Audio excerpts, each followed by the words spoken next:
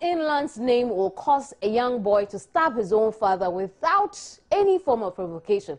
I'm sure you're wondering what the story is. Here is it. An 11-year-old boy has been picked up by the Nima police for allegedly stabbing his father to death. As a minor, he could not be detained, and so he is being handed over to an uncle to take care of him while police investigate the incident. According to reports, the boy dreamt having stabbed his father, and truly, when he woke up from his sleep, he had allegedly carried out the act. When I picked up the story, I was in utter shock as you are now. So, really, I thought that there was a lot more to this. Let's try and get into the mind of this 11-year-old and interpret what this could have been. Clinical psychologist Emmanuel Asampong has joined me over the telephone. He's with the School of Public Health. Thank you very much for your time, Emmanuel. Thank you for having me. What sort of interpretation do we make to a situation of the sort? Well, it's a bit difficult. I mean, if you hear something like this, normally I would have preferred, engaging the person. But then, just looking at it on the surface, what comes to mind is this condition we refer to as OCD, that is obsessive compulsive disorder. I mean, if the obsession is kind of like thoughts that will come to our minds from time to time. I mean, it's not too unusual for people to have thoughts about doing something, one way or the other. But then if you are able to carry on that thing, whatever you thought about, then it means that the compulsion would have become so empowering. So, I mean, readily, that's what comes to Emmanuel, that's a boy who said he slept and dreamt carrying out the act and woke up and actually did. For me, as an ordinary person, I felt that first interpretation to it was that this boy was a sleepwalker. Is that what you're trying to explain to us? No, that's very different. I mean, that's very different. I mean, I was talking about having thoughts about doing something and then going a step further to carry out whatever thought you had.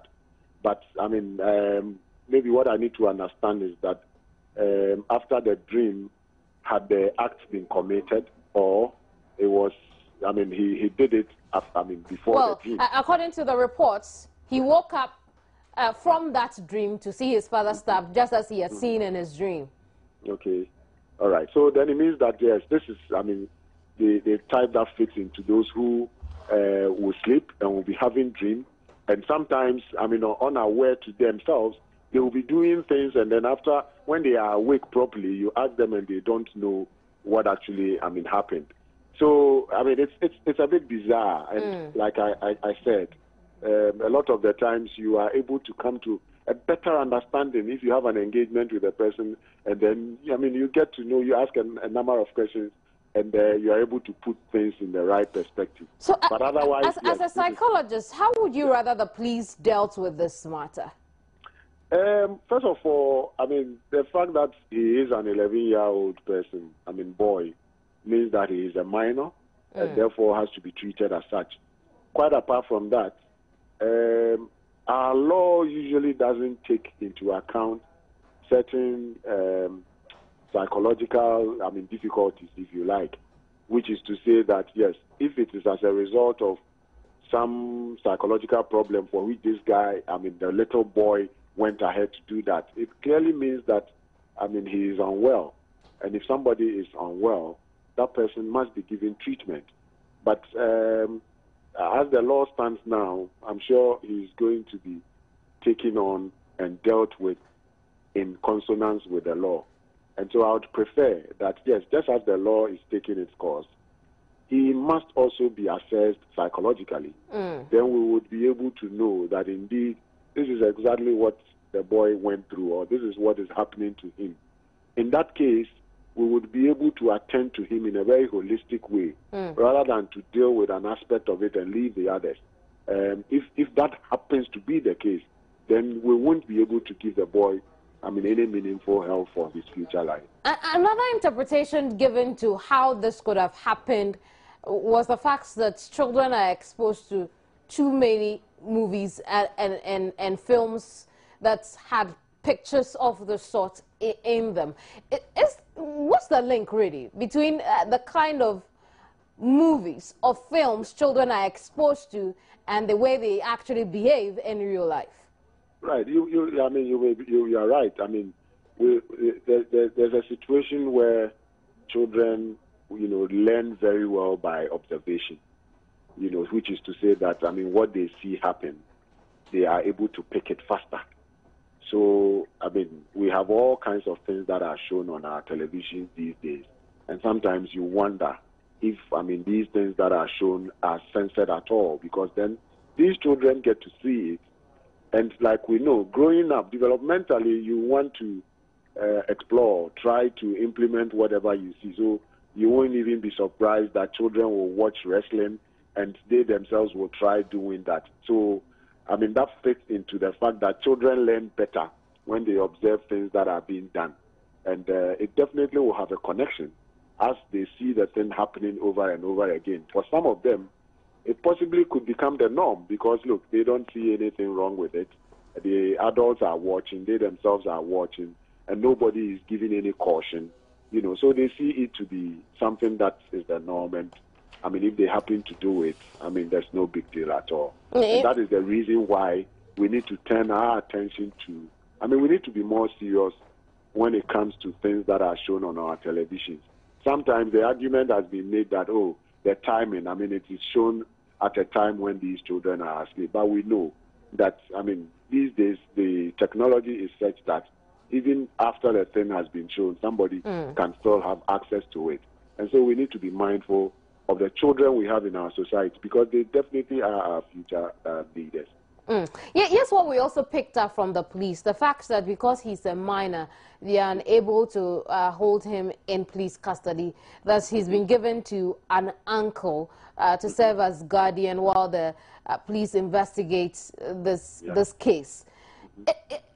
Isn't there a danger to this? The fact that this is a boy who's allegedly stabbed the father to death. Is this boy not a danger to himself and the people around him that the police perhaps could have found a better way in keeping him? Well, now that he has become aware of what he has done, that's what is going to haunt him. I mean, he could possibly, harm himself, especially if, he's going through, the process of stresses and then gets to a point where he thinks, well, everybody is talking about me. This is what I have done to my father. Then if he's not lucky and depression sets in, he will begin to have all kinds of thoughts.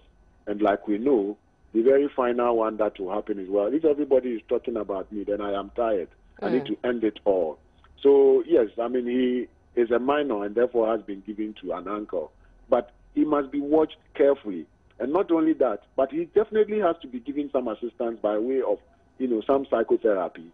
Or, the boy should be engaged and a number of things found out, should be found out from him.